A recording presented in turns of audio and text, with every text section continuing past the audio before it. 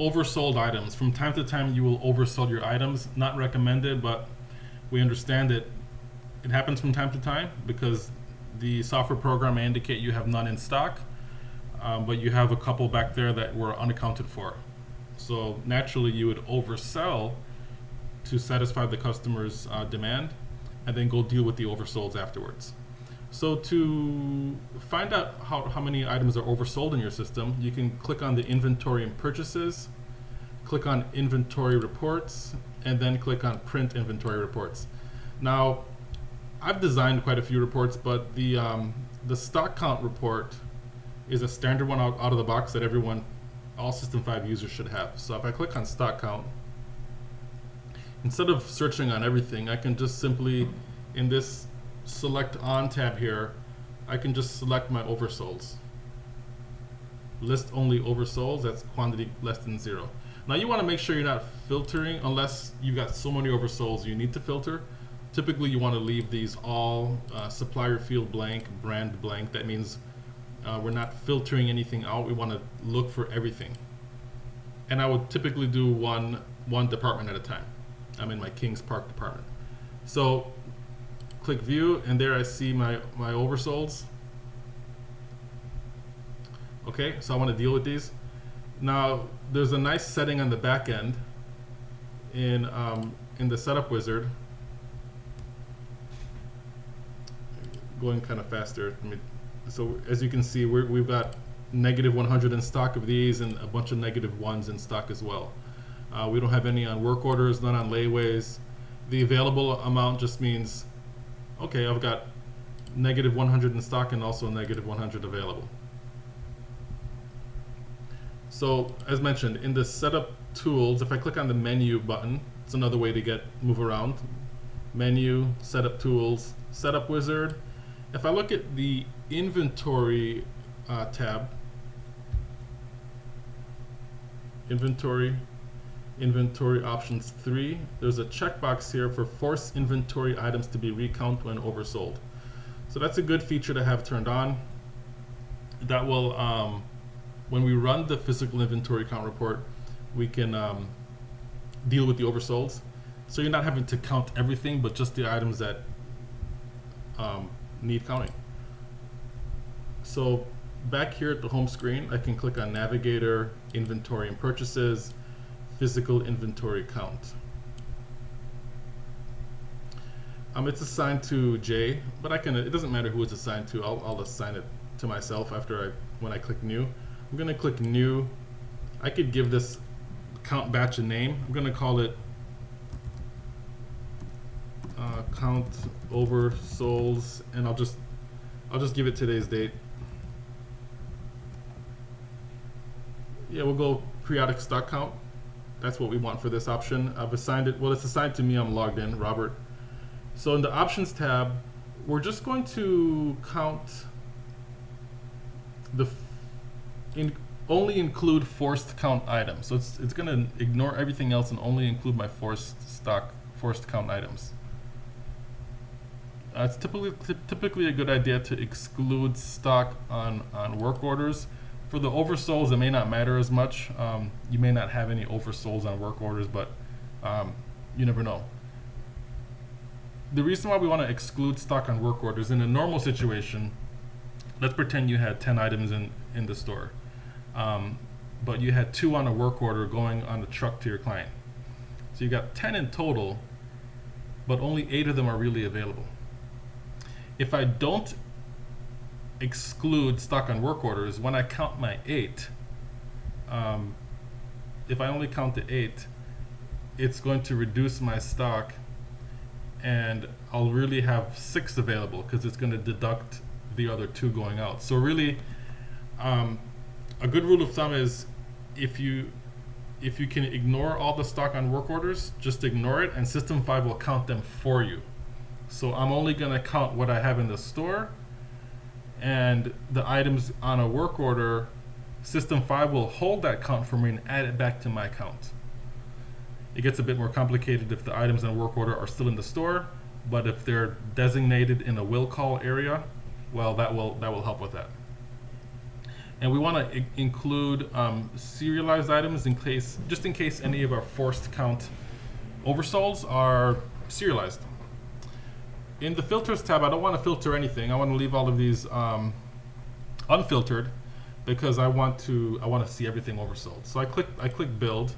It's going to show me all of these items. And let me take a step back because I forgot a step. I just clicked delete. I'm going to delete that count batch. I'll click new again. Count oversolds.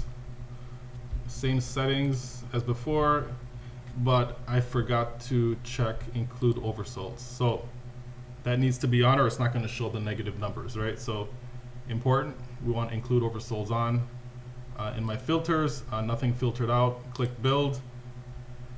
And there go my negative counts. So I would send warehouse personnel to go count those. Let's say they come back and say, okay, boss, we got one of these. We actually have 5 of these, not negative 100, and we don't have anything of the others. You don't have to put zeros in there. I can just click over here on zero all, and when I click zero now, it'll zero out all the others. Save you some clicks of the mouse. After we click save, after I click the save button up here, I need to check this box, clear oversolds when processed. Clear oversolds when processed. So there's a couple steps to this, right? So now I'm going to process this. You could print the variance report before or after you process.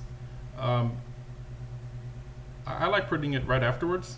The important thing is to not close it after you process it, otherwise the variance report becomes lost. So I click process, and my counts have now been processed. Now it took me right to the variance report. I'd probably want to print this. In my example, I will just, you can print it, and typically maybe print it to a PDF and just save it somewhere. You don't have to print these. It can become lots of paper.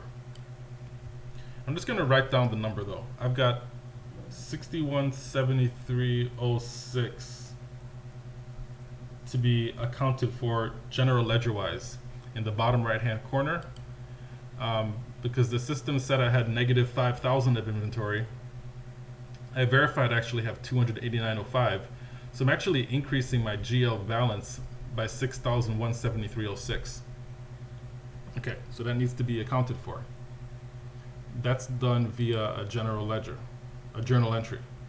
So here I go to journal entry, do a blank journal, and what I want to do, I want to grab the cost of goods, ledger. So first of all, the ledger number that I'm increasing is my 1200 inventory ledger.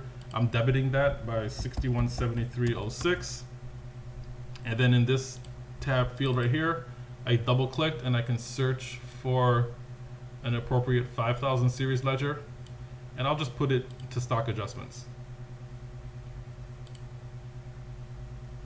Okay, I'll put a description on this journal entry, Oversolds reconciled. And then I tab out of this field for it to be properly saved. I just tab out of it, and then I post it. That's going to post it to my general ledger. I don't need to add HST. Okay, that's it. Now let's double click on one of these items to just follow through with this, because the system said I had negative 100. Now I've got 5. So let's follow through, because there's typically another step that has to be done. Okay, so here's the other step that needs to be done. So for this item, the system is indicating 105 in stock, 5 available, because 100 are oversold. So there's another step that needs to get done on the back end. I'm going to copy this part number, and I'll show you that final step that's going to clear out these oversolds. So back in the navigator screen, I go to Setup Tools, Utilities, Toolbox. The Toolbox section, we want to make sure we're doing our backups. Windows is not detecting my backup, but as long as you know you've backed up the program, then you're fine. So let's see, in the inventory section, we want to look under fixing routines. Under fixing routines, remove oversold quantities. So I'm going to do it for my department, department number 1. I'll click remove all oversolds by department. There was an issue with my beer, but looks like this one, the one I was working on, has been adjusted. So let's go take a look at that item. This one originally said 105 in stock, 5 oversold, 105 in stock, 5 available because 100 oversold. But that back-end routine in the toolbox would have cleared that out, and I should now have just 5 in stock. The oversolds are gone; they've been cleared. I just have 5 available, so a bit cleaner though. So that's the process. It's kind of a 2-step approach. We need the operations guy to go do the count. We need accounting to do the general ledger, and then the accounting person, if he has admin rights, he or she can go into the toolbox routine to clear out the oversolds. Hope you found that helpful. Thank you.